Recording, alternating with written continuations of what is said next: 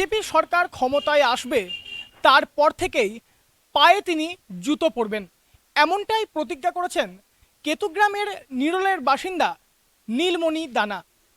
বিয়ে বাড়ি থেকে শুরু করে যে কোনো আত্মীয়ের বাড়ি তিনি সবটাই করেন খালি পায়ে যাতায়াত। প্রায় 20 বছর ধরে তিনি খালি পায়েই যাতায়াত করছেন। তার কথা অনুযায়ী যেদিন বিজেপি সরকার রাজ্যে ক্ষমতায় আসবে সেদিনই তার কর্মীরা তাকে জুতো উপহার দিলে তবেই তিনি পায়ে জুতো পরবেন। এ যেন রাজনীতির ময়দানে একেবারে অন্যরকম প্রতিজ্ঞা।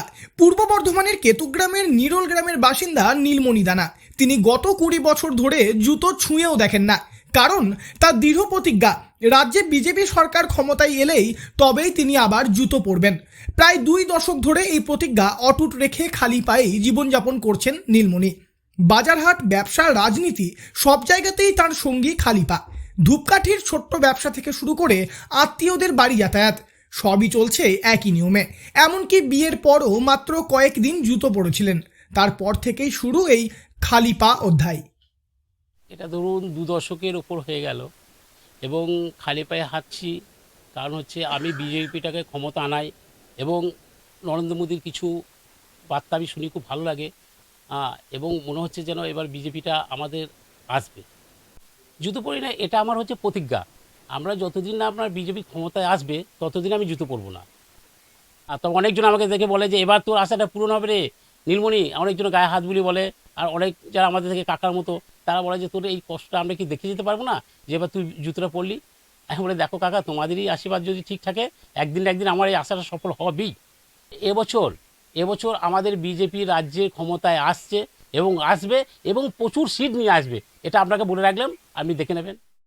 নীলমণির দাবি বিজেপি কর্মীদের উপর অত্যাচার ও খুনের ঘটনা তাকে গভীরভাবে নাড়া দেয়। সেই ক্ষোভ ও বেদনা থেকেই তার এই ব্যতিক্রমী সিদ্ধান্ত। যদিও এই সিদ্ধান্তের জন্য কম কটূক্তি শুনতে হয়নি তাকে, কিন্তু তাতে কখনো দমে যাননি।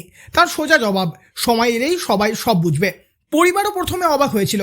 স্ত্রী রাখি দানা বহুবার বোঝানোর চেষ্টা করেছেন, সন্তানরাও প্রশ্ন করেছে, কিন্তু সময়ের সঙ্গে সঙ্গে নীলমণির অটল ইচ্ছাকে মেনে নিয়েছে পরিবার। এখন তারাও আশাবাদী এইবার হয়তো প্রতিজ্ঞা ভাঙার সময় আসছে। উনি এই রাজনীতি যবে থেকে করতে নেমেছে তখন থেকে এরকমই, যাই হোক একটা ওর মনের মধ্যে কিছু জেগেছে। ও সব জায়গায়, শ্বশুর বাড়ি কেন, এমন যেখানেই আত্মীয় বাড়ি আছে ও সব জায়গায় খালি দিন। প্রথম একটু অসুবিধা লাগতো, ওনাকেও শুধাইতো, ও বলতে ঠিক সময় হয়তো হবে। এখন আর ওর কিছু আর অসুবিধা হয় না, আমাদেরও এখন আর কিছু অসুবিধা হয় না। জেনে গেছি যে বিজেপি পার্টি যেদিন আসবে সেদিন ঠিকই পার্টি আসবে, ও দিতে পারবে। 2026 সালের বিধানসভা নির্বাচনকে ঘিরে আত্মবিশ্বাসে টগবগ করছেন নীলমণি। তার বিশ্বাস এবারই রাজ্যে বিজেপি সরকার গঠন করবে, আর ভোটের ফল ঘোষণার দিনই দলের জয়ের আনন্দে বহুদিনের প্রতিজ্ঞা ভেঙে জুতো পরবেন তিনি। এমনকি দলের নেতাকর্মীরাও প্রস্তুত বিজয়ের দিন তাকে জুতো উপহার দিয়ে মিছিলে হাঁটাবেন। তবে এই কাহিনীতে রয়েছে ভিন্ন মত। স্থানীয় পঞ্চায়েতের তৃণমূল সদস্য মিহির মণ্ডলের দাবি, নীলমণির জুতো না পরার পেছনে নাকি রয়েছে পারিবারিক কারণ। ভোট এলেই এই প্রতিজ্ঞার গল্প সামনে আনা হয়, তবে কোনটা ঠিক আর কোনটা বেঠিক তার সময়ই বলবে।